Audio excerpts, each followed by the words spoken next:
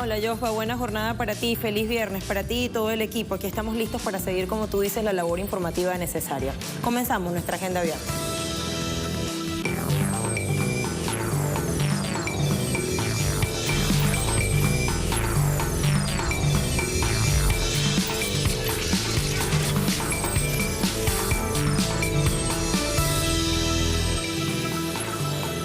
Planteamos nuestros temas de inmediato. El secretario de Estado de Estados Unidos, Rex Tillerson, inició gira por 5 países de América Latina y el Caribe. Preguntamos, ¿cuál es su verdadero interés? Y tenemos estas opciones que las presentamos en nuestra cuenta en Twitter, @telesuragenda_A. Adelantar nuevo Tratado de Libre Comercio para América del Norte, o TLCAN, intervención militar en Venezuela, dividir la región, ampliar mercados. Están esas 4 opciones de respuesta. Luego vamos a ir a los lugares de noticias con la particularidad de que estableceremos comunicación con nuestros corresponsales. Está previsto que los diálogos entre gobierno y oposición de Venezuela sean retomados el próximo lunes en Santo Domingo para un acuerdo definitivo. Hay un lapso de 72 horas que se han dado las partes, que comenzó a contar desde antes de ayer, y hay mucha expectativa sobre si este reencuentro se dará o no allí en República Dominicana, escenario de estas conversaciones. En Costa Rica ha comenzado la cuenta hacia atrás para las elecciones presidenciales y legislativas de este domingo. Veda electoral rige a partir de hoy, desde la medianoche está puesta en marcha esa veda y la indecisión marca el ambiente preelectoral. Veremos qué ocurrirá el domingo propiamente. Aumenta la tensión en Siria. Y esto por sostenidos ataques turcos contra la fronteriza ciudad de Afrin. Tenemos la actualización de la mano de Hisham Wanous y este viernes sesiona la Corte Interamericana de Derechos Humanos para abordar la concesión del indulto concedido, valga redundar, el indulto que le fue concedido al dictador peruano Alberto Fujimori. También sobre esto hay mucha expectación de parte de movimientos sociales, de organizaciones de derechos humanos. Y después analizaremos Ecuador, que también lo estamos viendo en clave electoral a este país de nuestra región. Los ciudadanos acuden, como se sabe, este 4 de febrero a las urnas para consulta popular y referendo convocado por el presidente Lenín Moreno. ¿Cómo será la participación? Preguntamos alta, mediana, baja.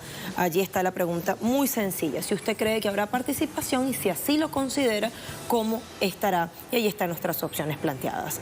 Ya hemos esbozado nuestros temas, comencemos entonces a desarrollarlos. Acompáñenos. El secretario de Estado de los Estados Unidos, Rex Tillerson, inició una gira de una semana por 5 países de América Latina y el Caribe, en la que tratará de promover presión internacional al gobierno de Nicolás Maduro y su salida de la presidencia de Venezuela. En su primera parada, tiene previsto reunirse con el presidente mexicano Enrique Peña Nieto y tendrá una conferencia de prensa conjunta con el secretario de Relaciones Exteriores de México, Luis Videgaray, quien ha sido otro de los promotores de la injerencia contra Venezuela. El Departamento de Estado ha dejado claro que no desea ningún tipo de reunión o diálogo con Venezuela. Y luego de implementar sanciones contra altos funcionarios del Estado, Tillerson reveló que una intervención militar también es una opción que está sobre la mesa. Hoy, en Agenda Abierta, analizamos esta nueva etapa de ataque a la soberanía venezolana y que esconde el interés estadounidense en un país en proceso de diálogo político y con elecciones presidenciales en puerta. Sumamos información a través del recorrido que siempre hacemos por portales o sitios digitales. El Universal de México encabeza nuestra lista en esta jornada. Titula, Arriba Rex Tillerson a México. Llegó a un hangar militar del Aeropuerto Internacional de Ciudad de México, es su primera parada. El arribo ocurrió cerca de las 17 horas local, acompañado de su delegación diplomática. Fue recibido por la embajadora de Estados Unidos en México, Roberta Jacobson, y por personal de la Secretaría de Relaciones Exteriores de la nación que le recibe. Tillerson participará este viernes de la reunión de ministros de Relaciones Exteriores de América del Norte. Se prevé que mantenga entonces reuniones con sus homólogos tanto de México como de Canadá, Luis Videgaray y Chrystia Freeland, respectivamente. Y reseña este diario que relaciones trilaterales, migración, renegociación del TLCAN y seguridad son tópicos centrales de la agenda. Y no se dice nada acá de Venezuela, pero sí en el siguiente medio que vamos a ver. Es el Diario de España. México afronta una jornada clave para sacar adelante la relación con Estados Unidos y TLCAN, dice el titular. Luego se agrega en el texto, para complementar ese título informativo, que la de este viernes será jornada clave para sacar adelante las relaciones entre México y Estados Unidos, que no están en su mejor momento, como se sabe, producto de las amenazas de Donald Trump, y avanzar en el proceso de renegociación del Tratado de Libre Comercio para América del Norte, TLCAN. Hace 4 días cerró la 6ª ronda de diálogos en Montreal, Canadá, en la cual se habló de avances, pero también de muchas trabas, de que hay un camino muy largo por recorrer y está allí latente esa amenaza de Trump que ha dicho nos vamos a retirar del peor acuerdo jamás suscrito en la historia de Estados Unidos. Según informó la Secretaría de Relaciones Exteriores de México, la visita de Tillerson tiene como propósito ejercer más presión sobre Venezuela. El secretario continuará abogando por aumentar la tensión regional sobre las múltiples crisis en Venezuela. Con nuestros socios planeamos continuar presionando al régimen corrupto del presidente Nicolás Maduro para que vuelva al orden democrático. Esta era la explicación que daba a través de una llamada telefónica a periodistas un funcionario del Departamento de Estado. Y Tillerson, después de México, visitará Argentina, Perú, Colombia y Jamaica hasta el 7 de febrero y en ese orden se darán las escalas, ya sabemos que está en su primera parada. Eso también lo informaba un alto funcionario del Departamento de Estado. El medio estadounidense Raw Story publica: Rex Tillerson califica de alarmante la presencia de Rusia en América del Sur. Este jueves, horas antes de emprender su viaje de una semana por América Latina, el secretario de Estado, Rex Tillerson, en un discurso pronunciado en la Universidad de Texas en Austin, dijo que hay una presencia alarmante en la región de China y de Rusia, y que los países de este hemisferio no deberían depender tanto de esos lazos económicos. China se está estableciendo en América Latina, utiliza el arte de gobernar para llevar la región a su órbita, utiliza su poder económico, decía. Agregó que los países de América Latina no necesitan nuevos poderes imperiales y además que el modelo de desarrollo liderado por China es una reminiscencia del pasado, no tiene que ser el futuro de este hemisferio, así que llamaba a los gobiernos a ejercer la soberanía contra potenciales actores predadores, y no se refería a Estados Unidos paradójicamente, sino a China y a Rusia. En México, el secretario de Estado de Estados Unidos, Rex Tillerson, abordará temas sensibles para la relación bilateral, como cuestiones relacionadas con fronteras compartidas, seguridad y comercio. Allí vemos ahora este otro medio que tiene esta noticia. Ahí teníamos Raw Story. Cuando quieran pasamos al siguiente medio de nuestro recorrido, o de una vez sumamos otros datos. No fue anunciado públicamente por las agencias como un asunto prioritario en la visita de Tillerson. Es natural que el Tratado de Libre Comercio de América del Norte, TLCAN, figure en las discusiones. El lento desarrollo de la más reciente ronda de negociaciones, a pesar de los avances anunciados por Canadá y México, pone a Estados Unidos en una posición complicada luego de la amenaza que ha hecho Donald Trump, no en una oportunidad, sino en varias, de retirarse del TLCAN si las conversaciones no dan resultados positivos. Y justamente esa presión es la que está marcando este proceso de renegociación, pero estamos viendo que pareciera que no es uno de los puntos centrales o medulares de esta gira o de este periplo que ha emprendido Rex Tillerson desde este jueves por 5 países de nuestra región, empezando por México. Agregamos otro dato: el diplomático Thomas Shannon, el secretario de Asuntos Internacionales, ha renunciado a su cargo como subsecretario de Estado para Asuntos Políticos en Estados Unidos. Shannon anuncia su retirada tras 35 años de carrera en el gobierno norteamericano, durante los cuales ha servido a 6 presidentes, aunque permanecerá como secretario adjunto para Asuntos Políticos hasta que el presidente Donald Trump designe a su sucesor o sustituto. La salida del diplomático se da en este momento particular en el que Rex Tillerson cumple un año en el cargo y decide emprender esta gira por América Latina, aunque desde el gobierno estadounidense se niega que esa dimisión tenga relación alguna con esta nueva etapa de diplomacia estadounidense. Y les decía, el TLCAN pareciera no ser el punto medular de la agenda o de la hoja de ruta de este diplomático estadounidense, porque él mismo, en un discurso que daba ayer en la Universidad de Texas, en Austin, ante la comunidad estudiantil, decía que los militares deben intervenir en Venezuela, que muchas veces ha ocurrido así, que no sabe si este será el caso, pero que en cualquier caso, valga redundar, Nicolás Maduro debe respetar la Constitución y en última instancia, seguramente en Cuba, será acogido en una linda playa. Trato de parafrasear porque no tenemos las palabras textuales que teníamos para reseñar en los portales que elegimos para llevar esa información. El secretario de Estado de Estados Unidos, Rex Tillerson, planteó el jueves la perspectiva de un golpe militar contra el presidente venezolano Nicolás Maduro en ese sentido y elogió las dictaduras militares pasadas como agentes de cambio. Les decía que daba ese discurso justo antes de abordar el avión y llegar a México. El diplomático estadounidense insistió en que la administración Trump no aboga por un cambio de régimen, pero sí sugiere que el líder venezolano podría exiliarse en Cuba, lo que le estábamos contando. En la historia de Venezuela y los países suramericanos, muchas veces el ejército es el agente del cambio cuando las cosas están tan mal y el liderazgo ya no puede servir a la gente. Al mismo tiempo, insistía en que Estados Unidos desea un cambio pacífico y sugería que el tipo de violencia que marcó el comienzo de regímenes sangrientos como el encabezado por el general Augusto Pinochet en Chile era una posibilidad. Son palabras que están reseñadas en varios medios que generan distintos pronunciamientos y sobre todo preocupación en el pueblo venezolano. La salida y en todo aquel que crea en la democracia. La salida por vía irregular del presidente o del jefe de Estado Nicolás Maduro responde, es uno de los planes del imperio, es uno de los planes de Estados Unidos, así parece. Hay una oposición variopinta, dividida, una facción intenta llevar adelante ese diálogo con el Ejecutivo que tantas veces ha promovido o por la cual tantas veces ha insistido el presidente de la República, quien ha manifestado abiertamente después que la Asamblea Nacional Constituyente convoca a elecciones presidenciales para el primer cuatrimestre de este año, su intención de ser nuevamente candidato a la reelección. Y los sondeos previos le dan ventaja en intención de voto. En procesos electorales donde la oposición ha sido derrotada, que han sido más de una decena en Venezuela, han emprendido los líderes una campaña mediática para desacreditar al Consejo Nacional Electoral, que es el órgano encargado de organizar los comicios en este país. Y con esto han buscado generar una desconfianza en procesos democráticos, en sus propias filas, y salta como una contradicción que llamen nuevamente a votar motivados a intereses particulares y ansios de poder.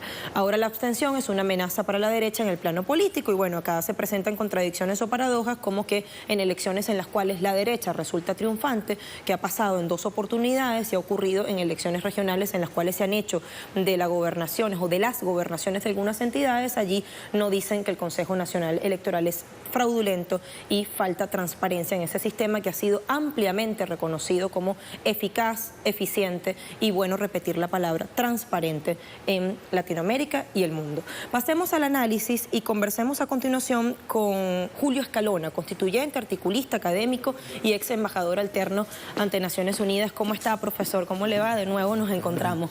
Bienvenido a Agenda Abierta y gracias por estar acá desde tan temprano. Fíjese, le pregunto, ¿qué persigue todo el aparataje estadounidense con este periplo que ha emprendido el secretario de Estado de Estados Unidos, cuyos gobiernos son casualmente de derecha? Argentina, México, Chile, Perú, y además varios de ellos hacen parte de la Alianza del Pacífico.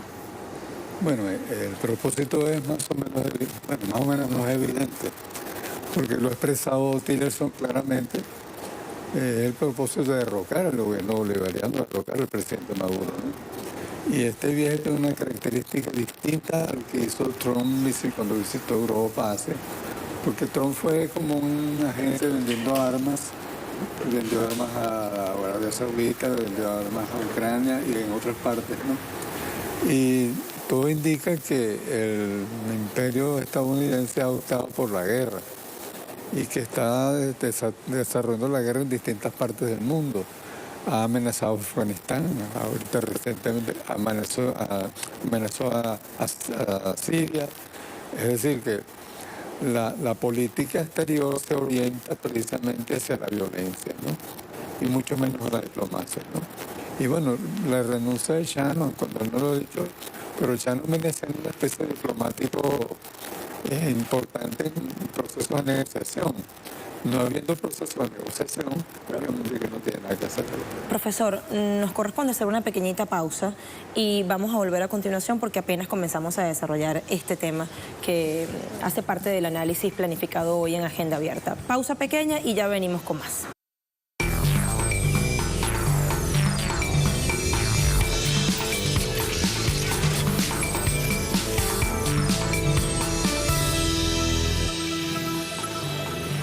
Seguimos en nuestra agenda abierta y les recuerdo o le informo a quien se conecta a esta hora con quien estamos conversando, analizando este asunto de lo que persigue realmente el secretario de Estado de Estados Unidos, Rex Tillerson, con su periplo emprendido el día de ayer por 5 países de nuestra región. Julio Escalona, académico venezolano, constituyente, articulista, además profesor de muchos años y ex embajador alterno ante Naciones Unidas.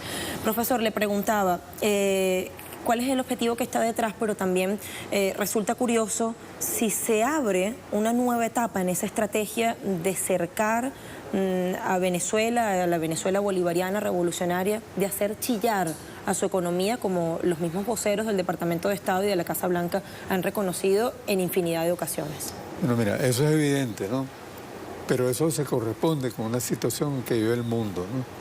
O sea, el capital vive un proceso de reestructuración y reorganización a nivel mundial, ¿no? La hegemonía la tiene el capital financiero y el capital financiero está desvinculado de la economía real. Entonces hay un proceso de una competencia muy seria porque China compite y China tiene, aparte de que por supuesto está vinculado al capital financiero, es quizás la mayor economía real del mundo. Entonces está el proceso de la ruta de la seda. O sea, es una competencia muy fuerte y Estados Unidos en esa competencia tiene la desventaja de que el motor que mueve esa economía es la industria militar, la industria bélica. Por lo tanto, la economía de Estados Unidos se mueve al ritmo de la guerra.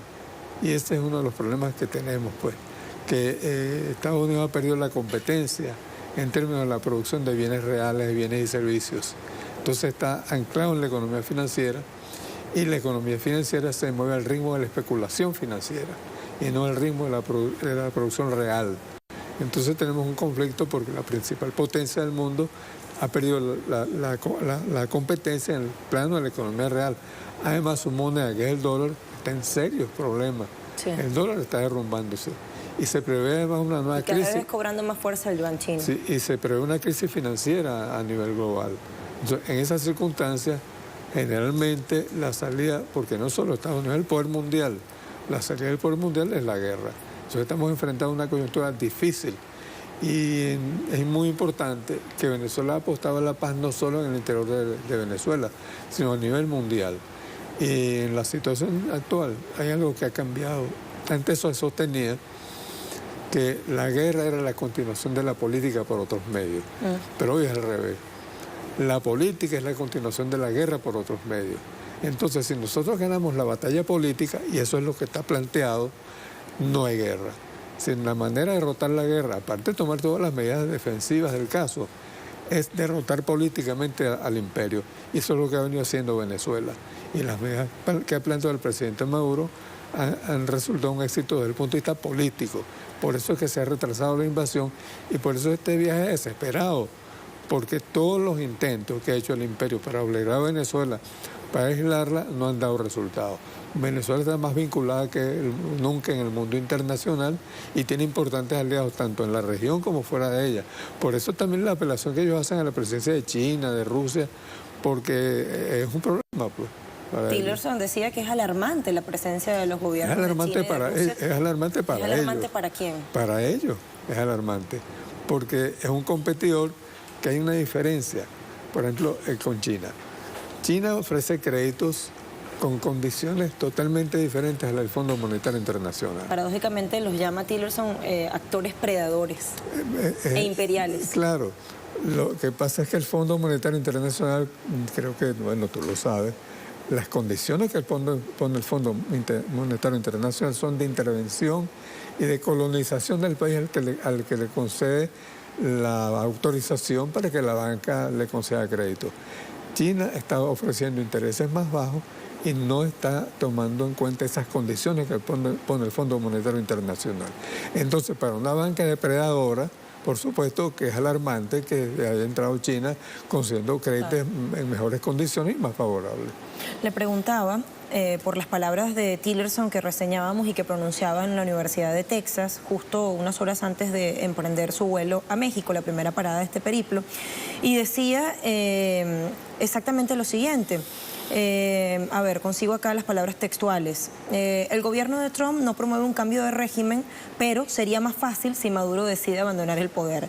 Y predijo que habrá un cambio en Venezuela y Estados Unidos desea que sea pacífico. Y luego dice, en la historia de Venezuela y los países de América del Sur, muchas veces los militares son agentes de cambio cuando las cosas están muy mal y los líderes ya no pueden servirle al pueblo. Si las cosas se ponen complicadas para el mandatario venezolano, estoy seguro que tiene algunos amigos en Cuba que le darán una linda casa en la playa. ¿Qué lectura hace usted de esas palabras? Bueno, mira, ¿Qué podría venir para Venezuela? Bueno, indica que ellos están contando con la Fuerza Armada. Yo no creo que ellos puedan contar con la Fuerza Armada en Venezuela, pero hay un dato interesante, ¿no? Y es que obviamente que en todas las instituciones hay conflictos. Es decir, no puede haber un conflicto en una sociedad que no afecta a todas las instituciones. Ahora, yo creo que las fuerzas patrióticas son definitivamente mayoría en la Fuerza Armada. Sin embargo, en el hecho que hubo en el Junquito con el conflicto con Oscar Pérez, ahí intervino la CIA. Hay informaciones muy serias que intervino la CIA. Y si intervino la CIA es porque contó con alguna gente ahí. Yo creo que en Venezuela, yo en mis artículos lo he dicho, hay una quinta columna.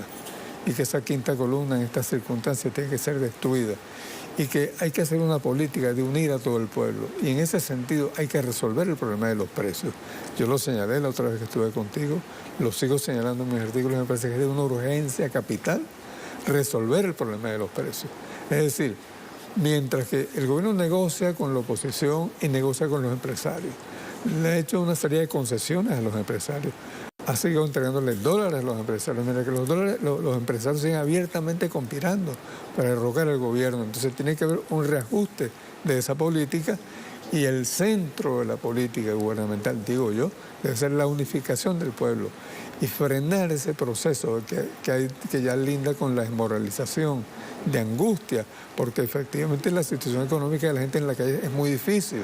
Entonces, el gobierno tiene que tomar en cuenta que ante este enemigo que amenaza seriamente, no hay otro camino que unir al pueblo y que colocar al pueblo en una situación en la que esté en condiciones de defender sin límites y sin reservas al gobierno bolivariano. Porque además estamos hablando de uno de los principales accionistas de ExxonMobil, que está abiertamente ejerciendo presión contra uno de los países que tiene las mayores reservas de hidrocarburos del mundo. Claro, nosotros hemos tenido conflictos con la ExxonMobil y uno se lo ganamos precisamente en el CIADE, que ellos estaban seguros que lo ganaban porque el CIADE precisamente generalmente no decide a favor de los países pobres, de los países del sur. Pero le ganamos ese juicio y Tillerson quiere sacarse esa espina. Sí. Pero es una espina que le significa millones de dólares, ¿no? Es decir, el petróleo de Venezuela es clave ahorita en la escena mundial y eso es una parte importante del problema y los otros recursos que ha emprendido Venezuela. Y luego Venezuela dio un paso que lo dio el presidente Maduro, que es la adopción del petro. Sí. Y el petro que también ha sido una iniciativa criticada por el gobierno de Estados Unidos. Porque, se podría pensar que podría torpedearla también. Bueno, la va a torpedear, obviamente, ¿no? Y hay que estar preparados para eso. Porque al decir petro, estamos moviéndonos en el mundo monetario y financiero internacional. Y ese es un mundo donde, por ejemplo, Goldman Sachs tumbó a Lehman Brothers. O sea, ahí no hay perdón. Claro. Ahí se juega duro y a la cabeza. Y todo se vale. Y todo se vale. Le pregunto para finalizar, cortito, ¿de qué manera podrían estas palabras influir en el proceso de diálogo? Se han dado las partes un lapso de 72 horas, el compromiso de volver el lunes a Santo Domingo, República Dominicana, para firmar un acuerdo definitivo, visto que ya hay un acta con puntos de consenso. Estas palabras, esta gira de Rex Tillerson podría ejercer presión sobre esa facción de la oposición que no está de acuerdo con la vía democrática y que a su vez ejerce presión sobre esa que está dialogando? Bueno, fíjate, obviamente que eso ejerce una presión, ¿no? A mí la confianza que me dio por hay un preacuerdo, pues, esa frase o esa palabra aparece por primera vez. Y además creo que por primera vez el presidente de República Dominicana directamente declara, dando el resumen de la reunión. Sí. Creo que es la primera vez que él hace eso. Debe haber algo muy firme ahí que el propio presidente y no el canciller, que generalmente lo que he visto era quien lo hacía, entonces lo hace el presidente. Entonces, hay efectivamente un preacuerdo. Ahora, para que se transforme en acuerdo, la oposición tendría que superar todas estas presiones. ¿La superará? No se sabe. Eso está por verse y por eso es importante que del otro lado haya una presión importante de los gobiernos también de la región que están de acuerdo con la paz, con la independencia, con la defensa de la soberanía y que esto refuerce la posición de Venezuela. Pero estamos en un punto crítico, un punto crucial, vamos a llamarlo así. Un punto determinante y el lunes veremos entonces qué ocurre. Profesor, comparto con usted la inquietud que publicamos temprano en nuestra cuenta en Twitter, @TelesurAgenda A. Preguntamos, Rex Tillerson inició gira por 5 países de América Latina y el Caribe, la afirmación, la noticia y la pregunta exactamente cuál es su verdadero interés.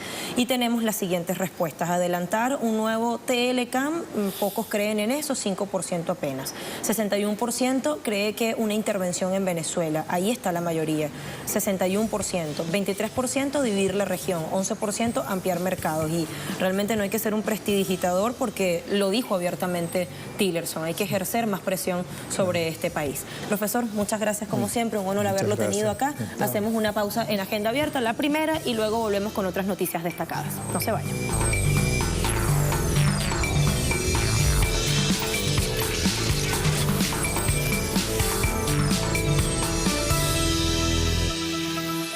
Vayamos entonces a la interacción con nuestros corresponsales. La primera que vamos a contactar es una dama, Madeleine García.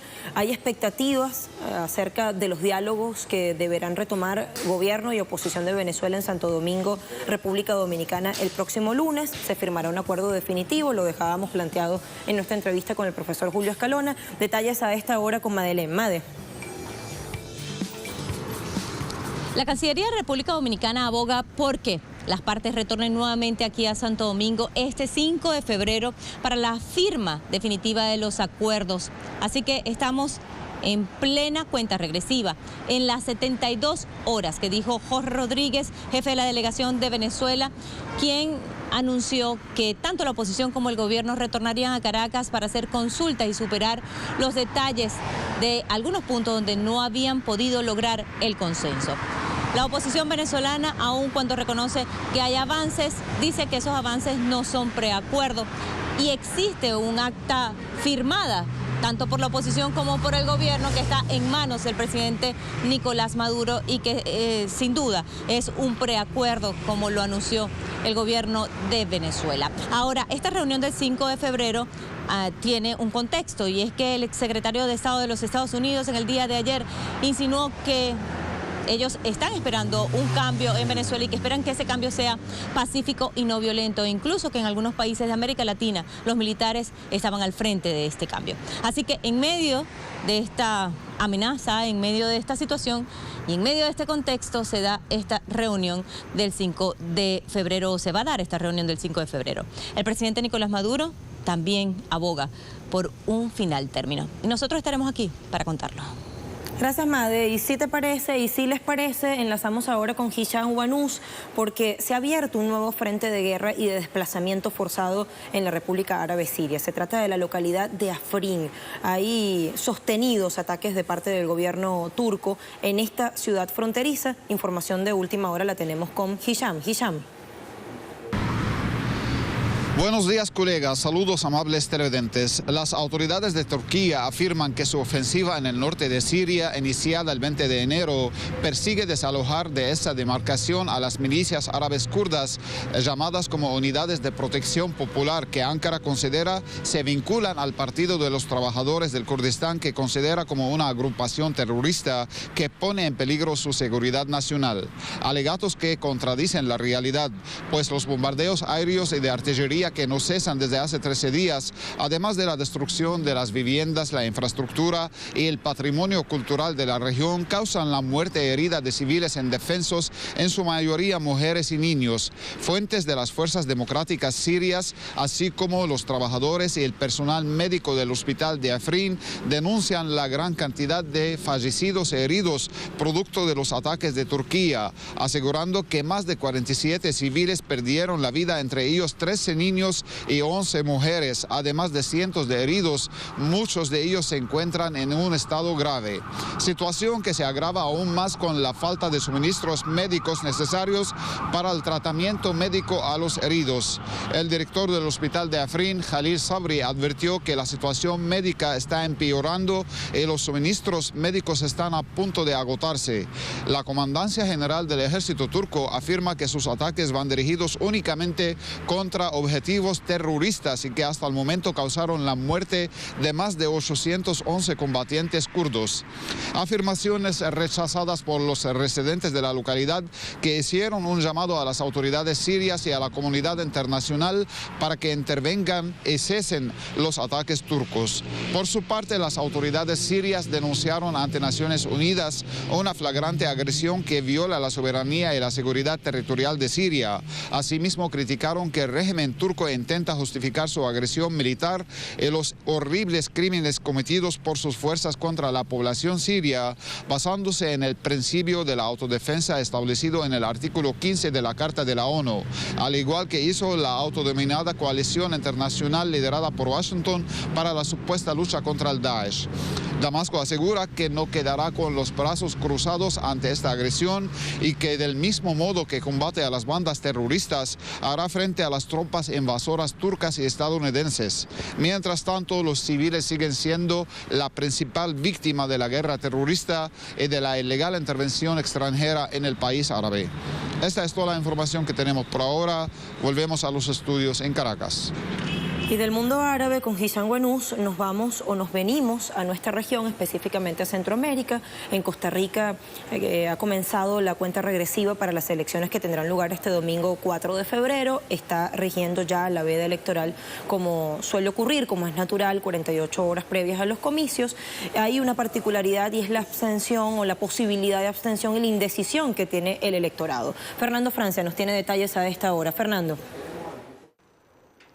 Ya estamos a pocas horas de la culminación de este proceso electoral, el 4 de febrero, de 6 de la mañana a 6 de la tarde, hora local. La gente en la calle todavía no ha expresado ese fervor, esos colores que ha sido usual en finales de campaña en Costa Rica, que la gente pone en sus vehículos, en sus casas. Esta edición, esta campaña no ha sido así, ha sido distinta a las demás por una volatilidad del elector que ha pasado de un candidato a otro en una indecisión que algunos investigadores han señalado como del 36%, ya acercándonos a la recta final de la campaña. Es de esperarse que esa gente se decida por uno u otro candidato. Tienen 13 opciones y son 6 las opciones que están más al tope de las encuestas, pero ya en los últimos días quedaron 3 partidos liderando esa opinión popular. Son 3 partidos que se han decantado entre el antiguo bipartidismo o neoliberalismo de los años 90 de Liberación Nacional, un partido relativamente nuevo con pocos seguidores hasta ahora, que es Restauración Nacional de corte cristiano evangélico, y el oficialista de centro, Acción Ciudadana, que pretende reelegirse, esta vez con un nuevo candidato más joven, Carlos Alvarado. Son 3 partidos que podrían estar llegando a pasar a la segunda ronda si es que no sobrepasa el 40% de los votos emitidos, de los votos válidos emitidos, para entonces medirse en la segunda ronda el 1 de abril.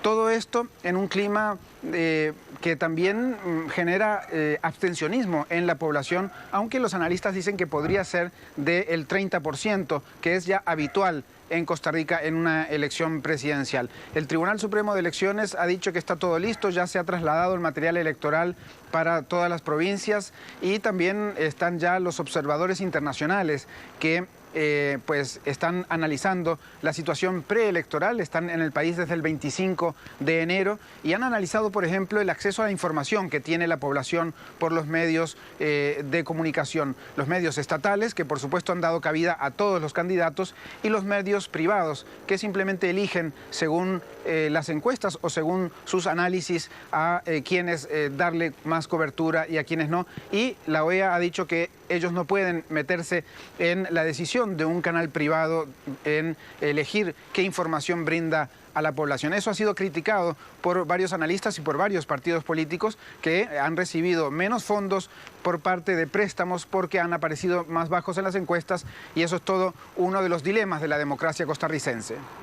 Gracias, Fernando. Pendiente de los nuevos reportes que puedas ofrecernos durante esta jornada y evidentemente del operativo que tendrá Telesur este domingo 4 de febrero. Y ahora vayamos a Perú. La Comisión o la Corte Interamericana de Derechos Humanos, la CIDH, tratará en una sesión que se desarrollará este viernes el indulto concedido al exdictador, o quitemos ese prefijo ex, al dictador Alberto Fujimori.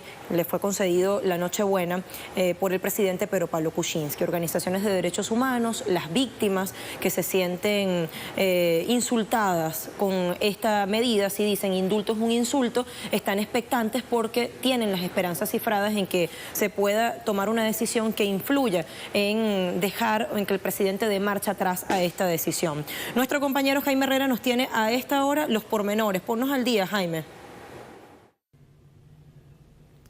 En efecto, compañeros, a partir de las 10:30 de la mañana, hora de Costa Rica, se estará viendo en esta Corte Interamericana de Derechos Humanos el tema del indulto a Fujimori, que fue otorgado el 24 de diciembre por el presidente Pedro Pablo Kuczynski. Cabe indicar que esta audiencia está programada con el siguiente orden. Primero se presentarán los abogados de las víctimas de los crímenes de lesa humanidad, de las matanzas de Barrios Altos y La Cantuta, quienes participarán por 20 minutos. Ellos ahí darán los argumentos de por qué este indulto es ilegal y además se han cometido varios errores. Ellos, por ejemplo, han dado a conocer en la estrategia que van a presentar que presentarán 3 puntos importantes. El primero es que se trataría de un acuerdo político, pues recordemos que este indulto fue otorgado días después que en el Congreso de la República congresistas de la bancada fujimorista encabezados por el mismo hijo de Alberto Fujimori, Kenji Fujimori, votaron para que el presidente Kuczynski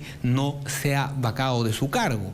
Este es uno de los puntos que van a tratar, pero también van a mencionar de que uno de los médicos que evaluó el estado de salud de Fujimori se trataba justamente de uno de los médicos de cabecera bastante allegado a Fujimori, lo cual obviamente lo convierte en juez y parte. Y también van a dar a conocer un compromiso de Pedro Pablo Kuczynski firmado cuando era candidato en campaña, donde se comprometía a no indultar a Fujimori. Después de estos 20 minutos van a participar también por 20 minutos los procuradores públicos del Estado, quienes obviamente defenderán el porqué de este indulto humanitario, y también lo hará en una participación por 15 minutos los representantes de la Comisión Interamericana de Derechos Humanos.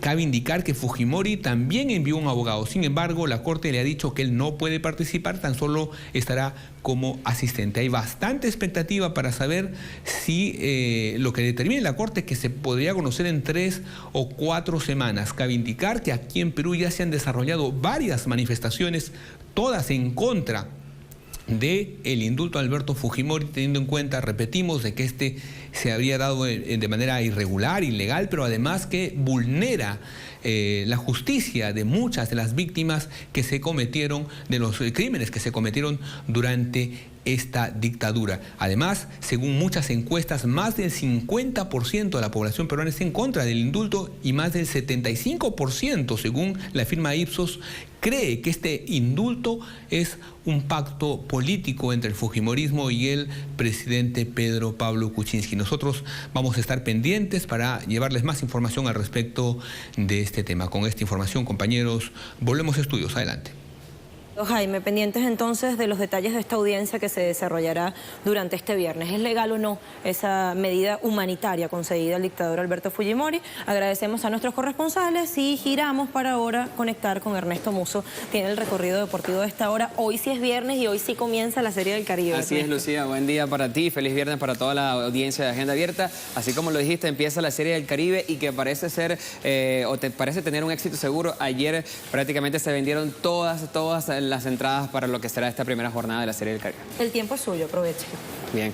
Bien, todo listo para que inicie hoy una nueva edición de la Serie del Caribe, donde los representantes de Cuba, Puerto Rico, Dominicana, México y Venezuela se medirán por el título. Todo apunta a que nuevamente la Serie del Caribe sea un gran espectáculo para los aficionados. El evento parece que será otro éxito en México, ya que los organizadores aseguran que quedan pocas entradas. Luego de venderse los paquetes de entrada, este jueves se pusieron en las taquillas menos de 1000 boletos, los únicos para los partidos. También aseguró Miguel Ángel López, director de Mercadotecnia de los Charros de Jalisco, en declaraciones a la prensa local. El directivo señaló que los encuentros de México estarán repletos y que los duelos entre otros equipos están muy cerca de estarlo, por lo cual se espera una gran fiesta deportiva en Guadalajara. Bien, también revisamos la jornada de hoy entonces en la Serie del Caribe. Venezuela se enfrentará a Cuba a las 13 horas de México. También Puerto Rico se enfrentará a México ya a las 20 horas en Jalisco, hora de México. También a las 7 de la noche, hora de México, también se espera la inauguración de esta Serie del Caribe. Cambiamos de disciplina porque hoy inicia también la 8ª Serie Mundial de Boxeo, donde las representaciones de los distintos países buscarán coronarse. La Serie Mundial de Boxeo comenzará con el duelo de Heroicos de Colombia y los Domadores de Cuba en La Habana. Los sudamericanos, que se presentarán con un grupo joven y talentoso, tendrán una difícil misión, pues los caribeños convocaron a hombres que atesoran coronas olímpicas y del orbe. Cuba tendrá boxeadores con coronas olímpicas como Damián Arce, campeón nacional en 2017, que probará la valía de Julián Velázquez. Robeisy Ramírez, doble titular olímpico en Londres 2012 y Río 2016, retará la calidad de John Martínez en los 56 kilogramos. Andy Cruz, campeón del Orbe 2017, chocará con Andrés García en 64 kilogramos, mientras que el dorado olímpico en Río 2016, Arlen López, buscará un resultado acorde a su jerarquía frente a Juan Ortiz en los 75 kilogramos.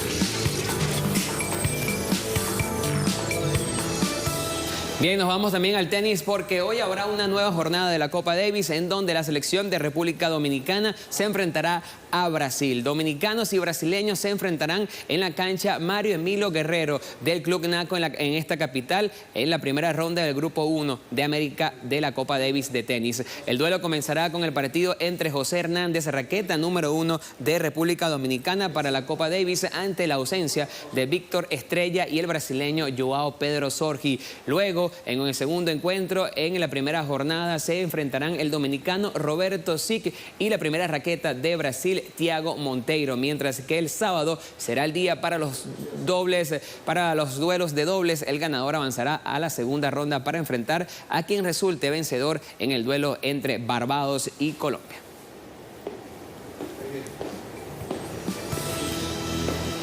Vengo a tu encuentro, Ernesto. Me estoy haciendo una experta en deporte, escuchándote acá todos los días en la Agenda Abierta. Y para seguir aprendiendo y estar informado en materia deportiva, sintonice las 8 hora local Caracas, Venezuela, nuestros compañeros de Deportes Telesur con más información. Sí, seguro a las 8 entonces estaremos repasando mucha más información, sobre todo de la Serie del Caribe. Gracias, chao. Hagamos una última pausa en nuestra Agenda Abierta y a la vuelta, tema Ecuador. Lo analizamos en clave electoral rumbo a las elecciones del 4 de febrero.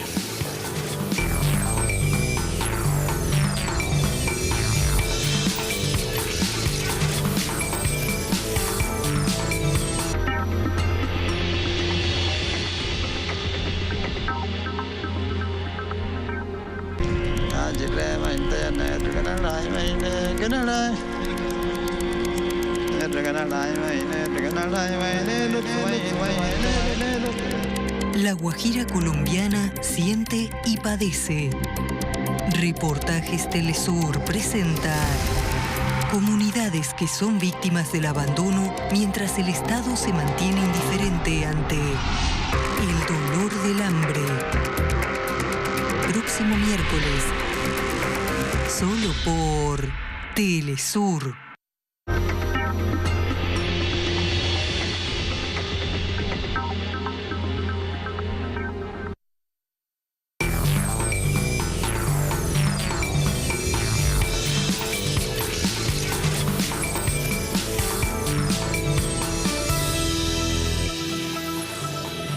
Hablamos de Ecuador y de una vez aprovechamos estos minutos que nos quedan, vayamos a medios digitales. Sputnik News publica casi 9.000 reclusos votaron en Ecuador previo a la consulta popular. Población privada de libertad. La votación se cumplió en 40 centros en total, 29 centros de rehabilitación social, 9 de detención provisional y 2 de adolescentes infractores, conocidos como CAI, situados en 20 provincias del Ecuador. Eso lo dijo el Consejo Nacional Electoral en un reporte oficial que emitió la víspera. El organismo también señaló que la jornada se desarrolló con normalidad e informó que estas personas fueron previamente capacitadas en procesos de formación cívica y democrática. La ministra de Justicia, Rosana Alvarado, señalaba que de esa forma se cumplió el compromiso legal que tiene el Estado de facilitar a ese sector de la población el ejercicio de un derecho y un deber, pues es parte de la actividad rehabilitadora, garantizar el cumplimiento de los derechos políticos de las personas que están privadas de libertad, que aún no tienen sentencia ejecutoria. Luego, nos vamos a nuestra casa, pasamos de inmediato a telesurtv.net, que publica o destaca esto en su título: Correa asistirá a Fiscalía a rendir su declaración voluntaria. El expresidente Rafael Correa afirmó este jueves que acudirá a rendir su declaración de forma voluntaria ante la Fiscalía General. Este órgano, esta institución, está llevando a cabo una investigación sobre aparentes irregularidades en la venta de petróleo a empresas asiáticas. Es un caso que se conoce como Petrochina, ocurrió durante el gobierno del líder de la Revolución Ciudadana. Medios ecuatorianos informaron que algunos de los investigados habrían recibido $1 por barril de crudo entregado a Petrochina en el primer contrato firmado en 2009. El caso de los papeles de Panamá, motivo por el cual iniciaron las indagaciones. Eso está reflejado allí. Y después de haber visto estas dos noticias que publican Sputnik News y Telesur, Nuestra Casa, respectivamente, vayamos al lugar de la noticia, a nuestros estudios en Quito, Ecuador, con Orlando Pérez, no solo para saber cómo amanece la capital ecuatoriana, para que nos regales otra bella imagen del Pichincha, Orlando, tú y tu equipo, sino además para que nos cuentes qué dice la prensa a pocas horas de estas elecciones. ¿Qué tal, Lucía y amigos y amigas? Muy buenos días, bienvenidos a la mitad del mundo. El día de hoy, lamentablemente, la neblina, las nubes opacan la posibilidad de brindarles y regalarles esa mirada espectacular que tuvimos el día de ayer con la luna llena. Dicen los científicos que ha sido una de las lunas más grandes que se ha podido ver en los últimos años, en las últimas décadas en el planeta. De todas maneras, la capital amanece con un poco de frío, con neblina, pero ya inician las actividades con cero actividad electoral, nada de proselitismo político. La noche de ayer, en algunos sitios del país, en particular aquí en Quito, como en la ciudad de Guayaquil y en Cuenca, se realizaron cierres de campaña por parte de quienes promueven el sí, fundamentalmente de organizaciones aliadas al gobierno de Lenín Moreno y algunas organizaciones de orden civil. Y también quienes están del lado de Rafael Correa, quien lidera la campaña por el voto no. Es más, el expresidente Correa ha participado en varios medios de comunicación, ha estado en varias y largas y polémicas entrevistas, porque efectivamente la prensa se ha colocado del lado de lo que puede llamarse el cerco mediático, pero para cernirle en temas que no son necesariamente de la consulta popular. Y al mismo tiempo señalar que los observadores electorales han participado de varias actividades, han estado en algunos centros de votación, han revisado el sistema operativo, el sistema informático y los procesos que tienen que ver fundamentalmente con el traslado de votos y la recogida de votos en los distintos puntos del país. Y por otro lado, también señalar que en la tarde y noche de ayer hubo algunas manifestaciones a favor del no delante del Palacio de Carondelet, es decir, delante del Palacio Presidencial, donde está Lenín Moreno Garcés. En 2 días antes había represión, se había retirado a la gente. El día de ayer, por el contrario, se mantuvieron por largas horas protestando en contra del gobierno y manifestando su apoyo al voto no. ¿Qué dice la prensa nacional ecuatoriana el día de hoy? El diario El Universo plantea el típico titular. Parece que no hay mucho tiempo para pensar, entonces ponen tiempo de meditar en silencio y con ley seca. Pero además, eso sí hay que agradecer, señala algunos de los servicios que se deben tener o de cosas que se deben tener muy en cuenta. Ley seca desde las 12 horas, hay que contar con la cédula de identidad, que el Registro Civil Nacional atenderá hoy y mañana de 8 a 18 horas y el domingo de 8 a 14 horas. La capacitación de las juntas del voto, si es miembro de las juntas receptoras del voto, debe capacitarse esta mañana. Y multas para los miembros de juntas receptoras del voto, $57 más 8 por la especie, que sería la multa que recibiría las personas que no asisten. La Fiscalía investiga otras denuncias contra el gobierno de Rafael Correa, señala este diario. Y abajo, por supuesto, más información de la tradicional y normal, pero nada del otro mundo. En cambio, el diario El Expreso, que se ha caracterizado por hacer la campaña en contra de Rafael Correa, todos los días le sacan algo a Correa, prosperan trabas para evitar que Correa salga del país. No hay ninguna traba, no hay ninguna disposición para que salga del país. Frente a eso, de las elecciones, pues no hay absolutamente nada. En cambio, el diario La Hora, el de Quito, porque tiene varias ediciones a nivel nacional, hoy es el día para el voto inclusivo. Efectivamente, la llamada veda electoral estará vigente desde las 0 horas de este viernes, la ley seca se extenderá hasta el día lunes y por supuesto se cumple el voto en casa, una iniciativa para que las personas con discapacidad que no puedan llegar hasta los recintos electorales puedan ejercer su derecho al sufragio. Y en general el resto de información sigue con la misma tónica. En cambio, el diario El Comercio, el principal diario de la capital de los ecuatorianos, la votación por la consulta se inició. El silencio electoral rige. Casi 9.000 personas privadas de libertad estuvieron habilitadas para sufragar ayer. 74 juntas electorales se instalaron en los centros de detención del país. Y una noticia importante que puede también tener eco a nivel nacional e internacional: 3 tipos de créditos tienen tasas más bajas desde ayer. La Junta redujo en 2 puntos las tasas de interés para los 3 segmentos del microcrédito. La banca prevé una contracción en estos préstamos. Ahora vamos a ver lo que muestran los principales portales informativos en las páginas web. Empecemos por el portal del CNE. Finaliza la campaña electoral del referéndum y consulta popular del 2018. Autoridades estatales garantizan seguridad durante la consulta popular y los observadores electorales internacionales, como decíamos, se capacitan sobre referéndum y consulta popular con el propósito de dar a conocer los aspectos generales y fortalecer los conocimientos y aportes sobre el proceso de referéndum y consulta popular. Vamos ahora con Ecuador Inmediato, el portal digital más importante, el más antiguo del Ecuador en este campo. Guillermo Lasso, el ex candidato a la presidencia de la República por la derecha ecuatoriana, acepta dialogar con Lenín Moreno tras la consulta popular y lo reconoce como presidente de la República. Ustedes saben que Guillermo Lasso hasta esta declaración no lo reconocía, dice que fue fruto de un fraude y por lo tanto no había, según él, legitimidad para el ejercicio del poder.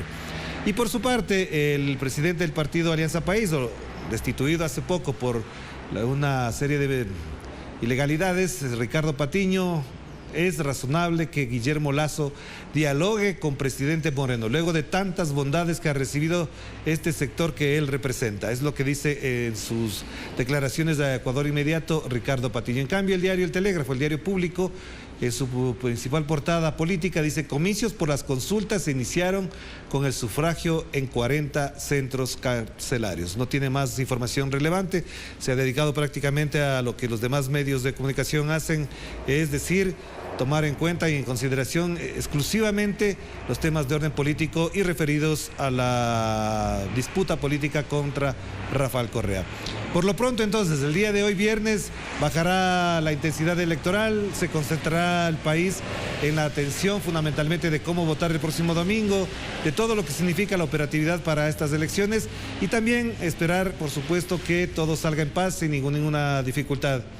Este momento, por supuesto, la ciudadanía tiene por delante la expectativa de saber cómo saldrán los resultados y es de esperar que el domingo, alrededor de las 20 horas, hora de Ecuador, tengamos los resultados definitivos sobre 7 preguntas. Hasta tanto, Telesur seguirá informando, tendremos pases informativos, invitados de nuestros estudios y en la noche, como ya es de conocimiento público, Enclave Política en su edición especial. Hoy tendremos a la periodista argentina Cintia García, que ya se encuentra en el país, nos visitará para conversar sobre lo que implica para América Latina, para el Ecuador, las elecciones de la consulta popular. Porque si es cierto que hay un gran interés, pues bastaría revisar los principales portales de opinión pública, principales periódicos, digamos, de orden progresista, donde bastantes artículos, no más de 5 diarios, aparece para referirse a lo que está pasando en el Ecuador, a esta disputa política que tiene que ver con que se mantenga o no los principios fundamentales de la Revolución Ciudadana. Que conversaremos esta noche con Cintia García.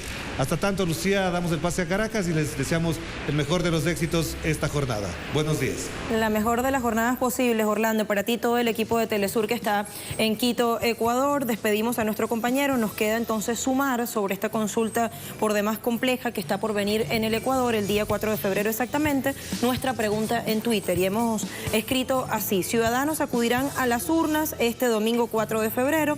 Preguntamos entonces cómo estará la participación, cómo cree usted que estará la participación en urnas. 44% cree que alta, 37% cree que mediana y 19% cree que baja, porque si bien ha habido un debate sumamente polarizado, para varios de nuestros analistas ha sido una campaña o una confrontación bastante sosa, pobre, poco enriquecedora, que no ha dado la información suficiente a la ciudadanía para que vaya a esta consulta preparado y muy claro, nítidamente seguro de qué va a votar y por qué va a votar y qué es lo que se está jugando allí. Y compleja porque, bueno, hay 7 preguntas, ya hemos dicho, y hay un debate muy amplio sobre la legitimidad, la constitucionalidad de esta consulta popular y referendo en Ecuador, porque fue convocada por el presidente vía decreto, no tuvo el aval de la Corte Constitucional.